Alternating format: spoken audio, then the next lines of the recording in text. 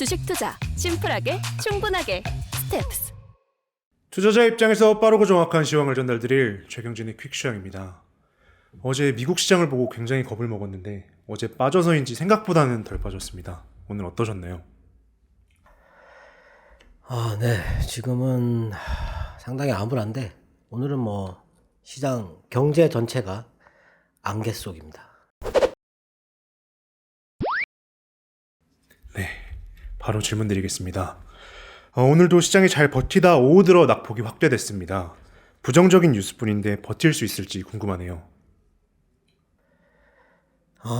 어떻게 해서든지 버텨야 되겠죠. 네. 오늘 그 MSCI 지수 편입 조정 때문에 매수가 일부 들어오지 않겠나라고 생각했는데 오늘은 안 들어왔습니다. 그냥 아마 내일이 휴장이니까 모레 매수가 있지 않을까 싶은데 오늘 나온 뉴스에서는 한 7천억 정도를 매수를 기대를 한다 이런 얘기를 했어요. 네.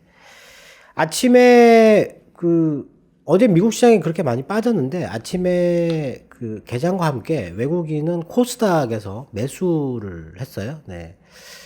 별로 희망적이지 않은 그런 매수지 않을까 싶었는데 역시나 이렇게 매도로 전환을 했고, 그리고 아침에 기관이 선물을 매수를 3,000계약까지 매수를 했는데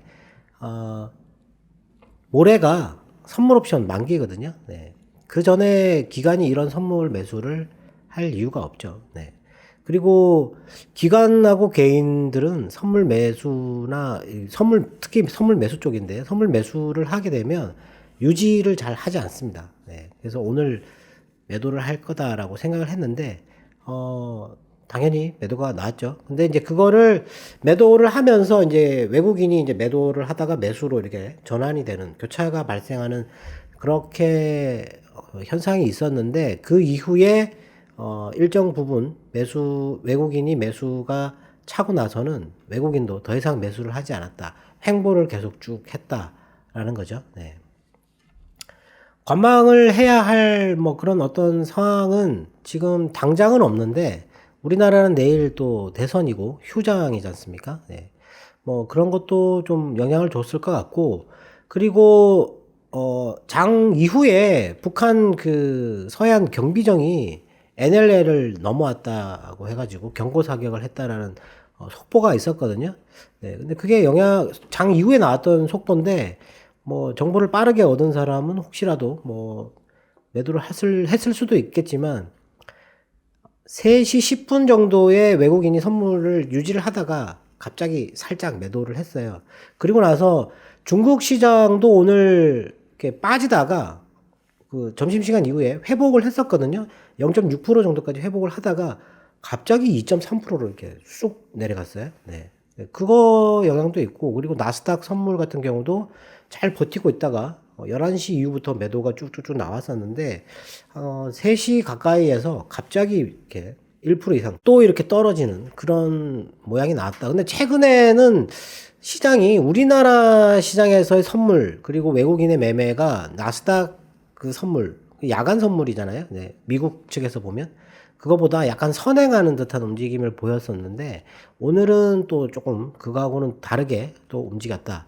유가가 아침에 이렇게 조금 떨어지는 듯 하더니 10시 조금 넘어서부터 다시 오르기 시작을 했어요. 그래가지고 지금 122달러를 넘어 있는데 지금 유가를 끌어내리는 거 외에는 다른 어떤 뉴스도 지금 시장에 영향을 줄 수 없다. 네. 그게 지금 가장 중요하지 않을까 싶고, 그리고 어제 외국인이 1조 넘게 팔고 오늘도 4천억 넘게 매도를 했는데 이제 지수 조정 때문에 매수를 해야 되잖아요. 네, 그것 때문에 미리 일부를 파는 게 아닌가 싶기도 합니다. 오늘 거래량은 그래도 조금 줄기는 했는데 지금 현재 미국 시장의 흐름이 어제 급락한 것 때문에 상당히 안 좋아졌어요. 네. 그리고 어제 시장에서 조금 다른 점은 지금까지 시장이 선진국 시장이 유럽이 계속 폭락하고 있고 선진국 시장이 빠지고 해도 변화가 없던 나라가 있었죠. 브라질하고 인도도 조금 내려오긴 했었지만 그렇게 크게 빠지고 있지는 않았었는데 어제는 브라질도 빠졌다. 예, 브라질도 빠지고 인도도 빠지고, 그리고 어제 제가 다우존스 부동산 신탁 지수 오르고 있었다라고 했는데 어제는 빠졌어요. 1% 넘게. 빠졌는데 그 어디서 보냐고 말씀 물어보신 분들이 많은데 뭐 investing.com이나 이런데 그 단축 기호가 DJR이에요. 예전에 한번 말씀을 드렸는데 그걸로 조회하시면 네, 금방 나오거든요. 다우존스 부동산 신탁입니다. 네. 하여튼 뭐 그것도 어제 또 소폭 빠졌고 그리고 지금은 위험 지표를 확인을 계속 해야 되거든요. 위험 지표가 경기 침체냐 아니면은 금융시장에 자금 경색이 나타나는 그런 신호가 있느냐 그걸 계속 확인해야 되는데 어제는 제가 테드 스프레드를 말씀을 드렸는데 0.2%를 넘다가 어제 보니까 0.3을 넘었어요. 네. 좀 급하게 뛰고 있습니다. 지금 가파르게 올라가고 있어요. 네. 안 좋은 거죠. 네. 그러니까 지금 이런 이 위험 지표들이 갑자기 이렇게 가파르게 올라간다는 얘기는 스마트 머니 뭐 이런 얘기들을 하는데 그런 큰 돈들이 현금 확보를 하고 있다. 위험 자산을 매도를 한다. 근데 어제 미국 국채 금리가 많이 올랐거든요. 예. 그러면 그 위험 자산을 매도를 해야 된다라고 생각하면 안전 자산을 매수를 해야 되는 거거든요. 그러면 미국채 금리가 보통 이제 위험이 발생을 하면 미국채 금리는 이게 무위험 자산이기 때문에 금리가 떨어지게 돼 있어요. 근데 어제는 올랐다라는 거죠. 그럼 이게 좀 좋은 신호냐? 근데 시장에서는 그게 인플레이션 때문에 미국채 금리마저도 지금 필요 없다. 예, 국채를 매도해야 된다. 이런 식으로 반응을 했다라고 해석을 하는 뉴스가 있었는데 사실 뭐 이런 인플레이션을 과거에 아주 오래전에 겪었기 때문에 최근에 이런 인플레이션을 겪은 투자자들이 없어요. 그렇기 때문에 당황스러운 거죠. 뭐 어떻게 해야 할까? 지금 금을 사는 경우도 있고 지금 금이 $1,200를 넘었는데 어제 니켈 그 런던 금속 거래소에서 니켈 가격이 선물 가격인데 그게 이제 원래 $3,000 밑에 있었는데 하루에 이게 $30,000 밑에 있던 게 $56,000까지 올랐어요. 예. 장 마감은 67%가 올라서 끝이 났거든요. 네. 니켈 가격이 오르니까 오늘 2차 전지들 다 빠졌잖아요. 네. 그 재료 가격이 그렇게 뛰면 감당하기가 어렵다라는 거죠. 네. 하여튼 뭐 그런 어제는 니켈이 급등을 했지만 또 다른 원자재가 급등할 수도 있는 거거든요. 그런 투기성 그런 원자재 가격의 급등락이 계속 시장을 불안하게 만들고 있는 거죠. 네. 아마 그런 것들이 지금 시장을 안정시키지 않고 있다. 변동성이 계속 줄어야 되는데 이게 계속 늘어나고 있으니까 불안감을 계속 증폭하고 있다. 이렇게 봐야 될 것 같습니다. 오늘 시장 같은 경우는 뭐 반등을 사실 그렇게 크게 기대를 안 했어요. 왜냐하면 뭐 유가를 지금 끌어내릴 만한 그런 뉴스가 없거든요. 예. 그리고 오늘 밤에 뭐 또 그 미국에서 그거 통과되고 나면 뭐 이게 사실 마지막 제재다. 마지막으로 쓸 수 있는 가장 큰 제재다라고 생각을 하긴 하는데 그런 그 불확실성 요소가 제거되는 효과가 지금은 그렇게 크지 않을 것 같다라는 거죠. 네. 어디를 봐도 오늘은 사실 어디를 봐도 정말 고민스러운 날입니다. 이게 지금 뭐 테드 스프레드나 그리고 그 이머징 스프레드, 예, 이머징 그 채권과 지금 선진국 채권 이 스프레드도 지금 3.88까지 예, 또 올라 있어요. 이게 4%를 넘어가면 또 안 좋다고 말씀드렸는데 미국 하이힐드 스프레드는 3.9예요. 예. 그것도 지금 많이 올라와 있고 위험 지표들이 지금 상당히 안 좋은 수준을 보이고 있다. 이럴 때는 사실 현금을 확보하는 게 맞는데 지금 뭐 그렇게 손절매를 해가지고 현금을 확보해가지고 만약에 주가가 떨어졌을 때 살 수 있나 하는 거죠. 살 수 있으면 지금 팔아서 현금을 확보하는 게 좋을 수도 있습니다. 근데 제 생각에는 그게 쉽지는 않을 것 같고 그리고 오늘 뭐 1차 오일 쇼크, 2차 오일 쇼크 뭐 이런 거 비교하는 또 뭐 뉴스들이 있었는데 1차 오일 쇼크 때는 미국 시장이 16개월 동안 침체를 보였다라는 거고 2차 오일 쇼크 때는 6개월 동안 침체에 빠졌다. 그때는 사실 그 중동 지역에서 오일 채굴권이지 않습니까? 원래 이게 서양에서 그 중동 지역에 오일 채굴하는 거를 이렇게 개발하는데 자금을 대고 개발해가지고 이득을 양분해서 가져가는 식으로 했었거든요. 근데 왜냐하면 중동이 돈도 없고 그때는 그랬기 때문에 이 석유를 탐사하고 채굴하는 그런데 돈이 들어가니까 그걸 투자를 할 수 없었다라는 거죠. 그래서 서방 선진국이 그렇게 해서 나눴는데 이제 거기에 대해서 이권에 대해서 그 중동 국가들이 불만을 제기하면서 그때 오일 쇼크가 발생한 거거든요. 근데 지금은 또 그게 아니에요. 그게 아닌데 지금 러시아가 그 생산하는 하루 원유 생산량이 700만 배럴 정도 되는데 이거 없이는 지금 전 세계가 돌아갈 수 없다라는 거죠. 여러 곳에서 지금 러시아 석유를 제외하고는 세계 경제가 돌아갈 수 없다라고 얘기를 하고 있기 때문에 뭐 어제 러시아 부총리 에너지 부총리가 뭐 300달러까지 갈 수 있다 뭐 이런 얘기로 협박을 했다 뭐 이런 뉴스가 있었는데 사실 지금 대안이 별로 없어요. 예. 베네수엘라가 오늘 그 마두로가 뭐 인터뷰한 게 있었거든요. 협상이 뭐 상호 존중하에서 뭐 건설적이었다. 예. 그래서 협상을 계속 하겠다. 이런 얘기를 했는데 마두로한테는 아주 그 상당히 좋은 기회죠. 예. 근데 과연 러시아를 배신할 수 있을까 하는 생각도 들고 그리고 이란도 마찬가지로 지금 핵 합의로 인해 가지고 뭐 이게 원유가 좀 많이 나와줘야 되는데 그것도 조금 지금은 또 낙관적이지가 않다. 예. 근데 그 두 나라가 만일에 이제 합의를 해가지고 원유를 이렇게 시장에다가 공급을 하기 시작하면 당장에는 그렇게 나오진 않겠지만 500만 배럴 정도 이상을 기대할 수 있어요. 그러면 이제 금융시장은 곧바로 반응을 하는 거죠. 당장 500만 배럴이 나오지 않는다 하더라도 왜냐하면 다들 비축류가 있잖아요. 그래서 그 시간 동안 시간을 조금은 벌 수가 있으니까 금융시장은 미리 반응을 한다라는 건데 얼마나 빨리 협상할 수 있느냐 아니면은 좋은 결과를 낼 수 있느냐 지금 현재 시장에서는 그거 외에는 기대할 수 있는 게 별로 없다.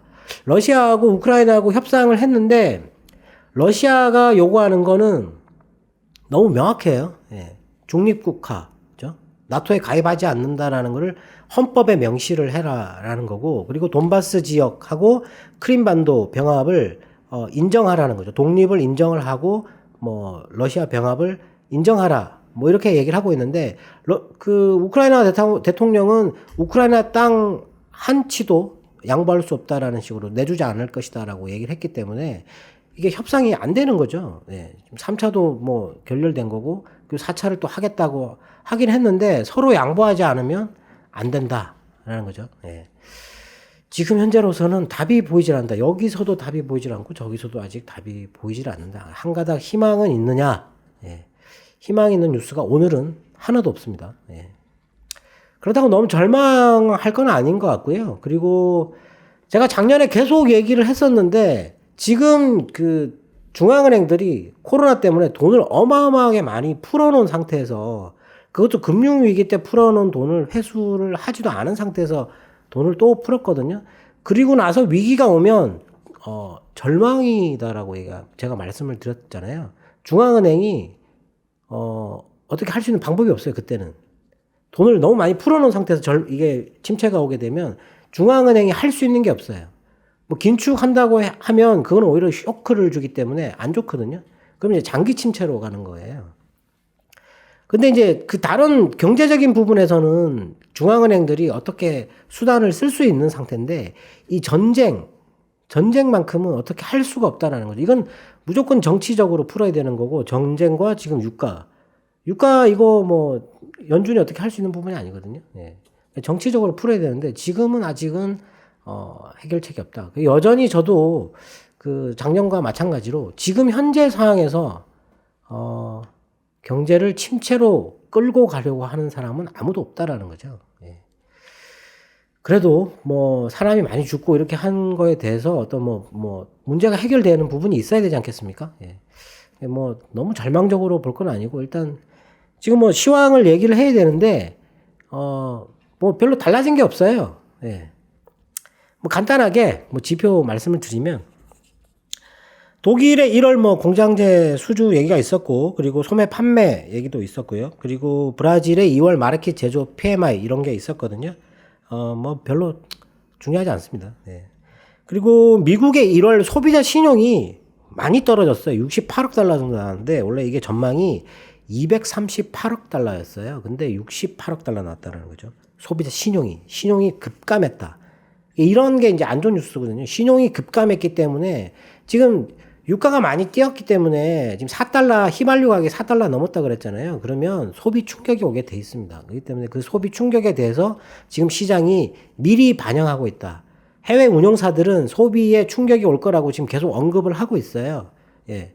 그거를 지금 미리 반영을 하고 있어요. 근데 그때 악화된 소비 지표가 나왔을 때 아마 그때가 이제 바닥이다라고 생각해야 되는데 지금은 이제 아직 그걸 확신할 수 없는 거죠. 왜냐하면 유가가 어느 기간까지 계속 이런 상태에 있을 것인가 하는 게 중요하니까요. 네.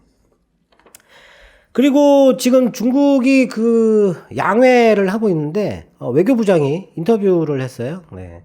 미국의 이 안보 전략, 뭐 태평양, 인도 태평양 이 안보 전략 이런 거를 엄청 비난을 하고 러시아와의 관계에 대해서 강화하겠다. 지원을 계속 할 것이다. 이런 식으로 얘기를 했어요. 네. 이게 중국이 러시아를 도와주기 시작하면 사실 제재 효과가 크지 않습니다. 예. 하여튼 뭐 좀 안 좋은 얘기죠. 중국이 도와줘야만이 이게 뭔가 이렇게 되는데. 그리고 그 어제 그 러시아하고 우크라이나가 뭐 인도적 통로를 개방한다라고 해서 잠시 휴전한다고 얘기했는데 정말 나쁜 게 그 인도적 통로가 벨라루스와 러시아 쪽으로만 개방한다라는 거죠. 우크라이나 국민이 거기를 왜 가겠습니까? 예. 그리고 뭐 나머지에는 지뢰를 깔아놨다. 이렇게 얘기를 했고 어제 뭐 우크라이나 대통령이 이게 그 화상으로 설명을 했는데 뭐 버스도 공격하고 예. 뭐 이렇게 참 안 좋은 짓만 골라서 하는 것 같습니다. 러시아가. 예. 그리고 협상은 아무 이렇게 결론을 내지 못했고요. 그리고 오늘 밤에 아마 미국 의회에서 러시아 석유를 수입하는 거 금지시키고 러시아와의 무역 활동 이거 뭐 전면적으로 다 중단하는 거 요거 법안을 낼 거라고 얘기를 했거든요. 네. 근데 지금 바이든 행정부는 사실 거부를 했었는데 의회에서 너무 통합해가지고 강하게 요구를 하니까 이게 거부하기가 어렵다라는 거죠. 요럴 때 공화당이 이렇게 강한 요구를 할 때 정치적인 딜을 해야 되거든요. 그동안 공화당이 계속 반대했던 거 있지 않습니까? 예. 그런 거를 이거 받아들이면서 다른 걸 얻어야 돼요. 예. 그래야만이 지금 바이든이 정치적으로 이길 수 있는데 그게 또 시장에 우호적이에요. 왜냐하면 인프라 법안 통과 안 된 거 있지 않습니까? 그거를 통과시킬 수 있는 그런 어떤 여지를 만드는 게 좋거든요. 뭐 저보다 머리 좋은 사람들이 거기에 있으니까 뭐 생각하겠죠. 예. 그리고 미국이 동유럽에 그 미사일 방어 시스템을 배치하는 거를 검토하겠다 뭐 이런 식으로 얘기를 했는데 패트리어트하고 그리고 사드 뭐 둘 중에 하나가 들어가지 않을까 싶은데 러시아가 또 반발을 할 만한 내용이죠. 네. 그리고 JP 모간이 31일부터 러시아 채권을 모든 채권 지수에서 제외한다라고 얘기를 했어요. 초강수라고 뭐 뉴스가 나왔는데 하여튼 뭐 이건 뭐 디폴트가 지금 16일 날 채권 이자 안 줄 것 같다 이렇게 생각하기 때문에 아마 제외를 한 것 같아요. 네. 이렇게 했더니 러시아가 이제 보복을 하는 거죠. 예, 러시아가 합성 사파이어 수출 금지를 검토하겠다. 이게 지금 전 세계 공급량의 40% 정도를 차지하고 있어요. 네. 이런 것도 또 나오면 또 안 좋죠. 지금 우주 산업 외에도 이 합성 사파이어 또 금지한다고 또 얘기를 하고 있고. 그리고 그 헤지펀드 운용자 한 명이 뭐 세계 3차 대전은 이미 시작됐다. 너무 간과하고 있었다. 뭐 이런 식으로도 주장을 했고. 그리고 그 운용사의 또 모비우스라고 하는 그 사람은 또 중국 시장이 올라갈 것 같다. 반등을 할 수 있다. 이게 중국이 러시아를 지원해 준다면 중국 경제에 좀 활성화가 보통 전쟁 나면 베트남 전쟁이나 한국 전쟁이 났을 때 일본 경제가 군수 공장으로 변해가지고 엄청나게 급성장을 하는 것처럼 그렇게 중국이 수혜를 보지 않겠느냐 뭐 이런 식으로 또 얘기를 하더라고요. 네. 그리고 유럽 연합이 우크라이나하고 몰도바하고 그리고 조지아의 그 유럽 연합 가입 신청에 대해서 검토에 착수했다. 뭐 이렇게 얘기를 했어요. 네. 근데 이게 정식으로 하려면 27개국이 만장일치로 해야 되는데 지금은 동유럽 쪽 8개국만 지지를 하고 있고 나머지 쪽은 그렇게 강하게 지지를 하고 있지 않다. 그래서 아마 장시간이 걸릴 것 같은데 특별 조항을 뭐 도입을 해가지고 뭐 이렇게 추진할 것처럼 또 그렇게 얘기를 했어요. 네. 그리고 미국 암호화폐 이거 전반적 규제 할지도 모른다. 행정명령에 서명할지도 모른다라는 그런 보도가 있었거든요. 예, 러시아 자금줄이 지금 막히니까 암호화폐를 통해서 조달할 것 같다라는 식으로 생각해서 그쪽에 또 제재를 할 수 있다라고 얘기를 했고요. 그리고 영국의 국립경제사회연구소가 현재 유가와 가스 가격이 지속된다면 3분기와 4분기에 침체가 일어날 것이다. 이렇게 얘기했는데 영국 GDP가 3분기에 0.2%, 4분기에 0.1% 감소할 것 같다. 이렇게 얘기를 했어요. 네. 2분기 연속 그렇게 감소하면 침체라고 판정하거든요. 네. 그렇게 될 것 같다라는 거죠. 예, 유가가 계속 지속된다면. 네. 그리고 외국인들이 중국 국채를 2월 달에 350억 위안을 매도를 했는데, 최근에 뭐 거의 매도를 안 하고 매수 쪽으로 중국 국채가 상당히 인기가 많은 투자처였는데, 처음으로 매도를 했다라는 거예요. 예. 골드만삭스가 중국 국채에 대해서 낙관 의견을 갖고 있었는데 중립으로 하향을 했다. 모든 투자자들이 지금 현금 확보에 혈안이 되어 있다라고 얘기를 하고 있어요. 네. 인플레이션인데 현금을 확보한다라는 건 물론 뭐 지금 좀 불안하니까 현금을 확보할 수 있겠지만 그 확보한 현금은 어느 정도 시점 되면 투자에 들어가야 되겠죠. 왜냐하면 인플레이션이 너무 높기 때문에. 이 인플레이션을 해치 방어하기 위해서라도 인플레이션을 넘어서는 투자처를 찾아야 된다라는 겁니다. 그래서 그렇게 너무 절망적으로 볼 건 아니다라고 생각하는 거죠. 예. 근데 모건 스탠리 같은 경우는 위험 자산은 매도해야 된다. 지금 주가가 오르면 무조건 매도해야 된다. 이런 식으로 계속 얘기를 하고 있어요. 네. 앞이 보이질 않는다라는 겁니다. 지금 해결책이 전혀 없다. 지금 해결될 기미가 아예 없다. 이렇게 얘기를 하고 있어요. 네.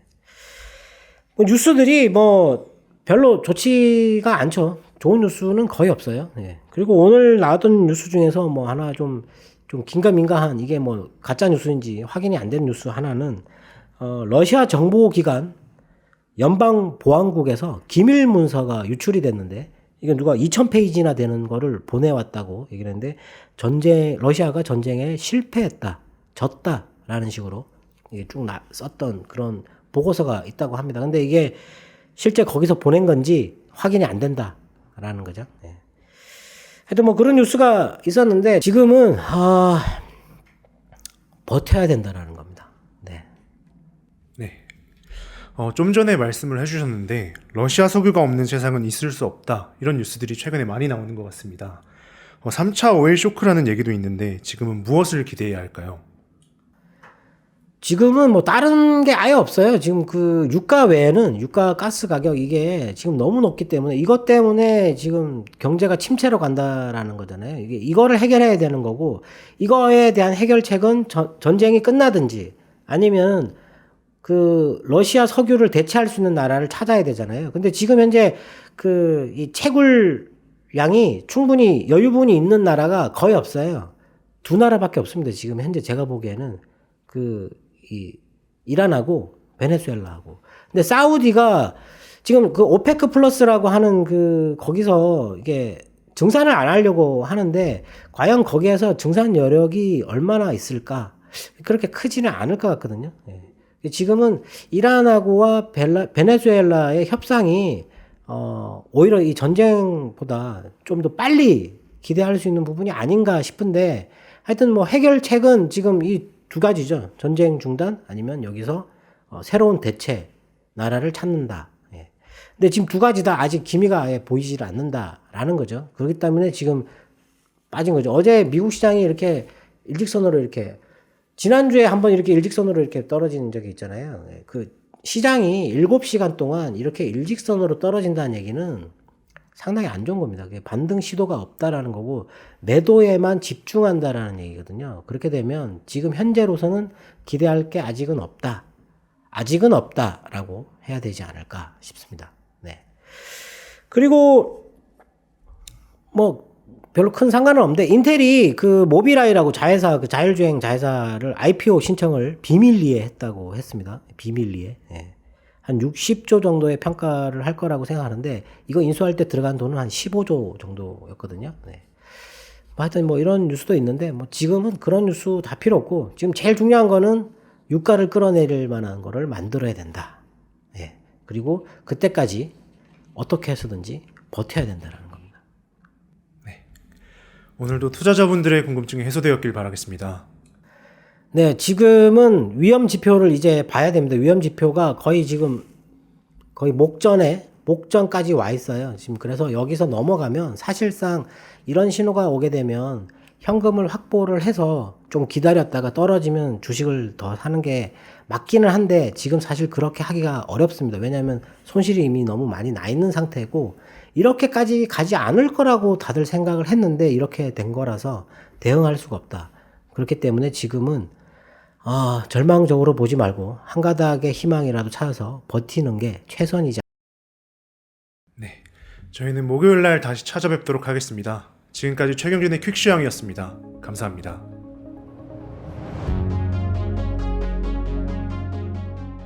자기야.